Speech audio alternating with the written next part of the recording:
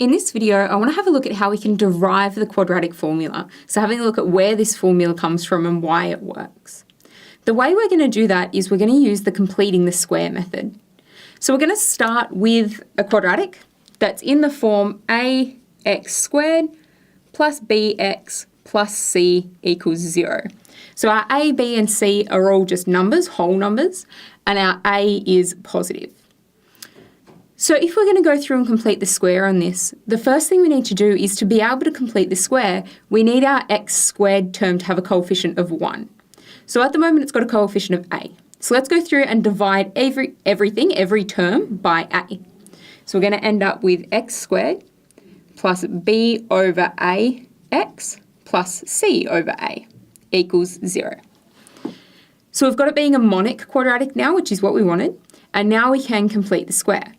So to complete the square, we're going to move this constant term out of our way over the other side of the equals sign. So we're going to have x squared plus b over a x equals minus c over a.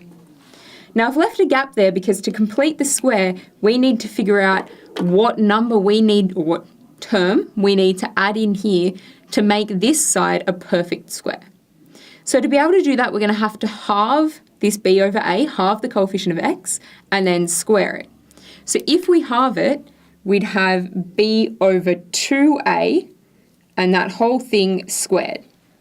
Now if we add that to one side of the equation, we have to do it to the other side as well. All right, so we've got it so that this is a perfect square now, and now we can factorize.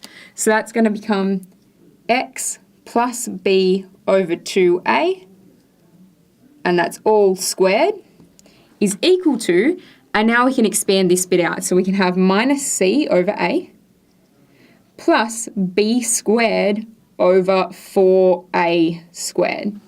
So that whole thing there, we have to square everything in there. So the b squared, we had to square the 2 and the a.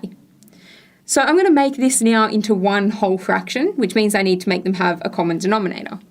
So we'd end up having, because we want it to be a minus c or something over 4a squared, at the moment it's only over a, so we're going to have to times top and bottom by 4a. So we're going to end up with minus 4ac plus b squared, and that's all going to be over 4a squared because they have a common denominator now. I'm going to just pull this up over this side now so that we've got this. So now we have x plus b over 2a squared is equal to minus 4ac over, plus b squared over 4a squared.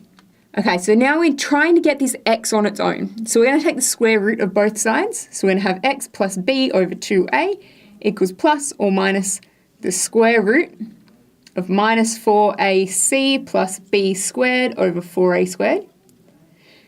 Now before I move this guy over, I'm just going to rearrange this. So I'm going to rewrite those top two terms the other way around. So I'm going to have b squared minus 4ac. And that denominator, I can write that as 2a all squared.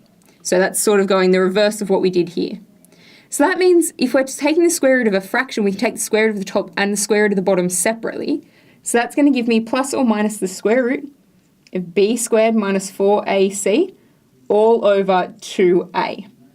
Now we're almost there, but we haven't got our x quite on its own yet. So we're going to have to subtract that b over 2a term.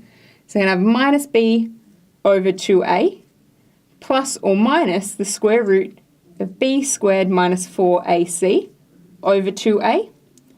And because they have a common denominator, we can just write that as one whole fraction.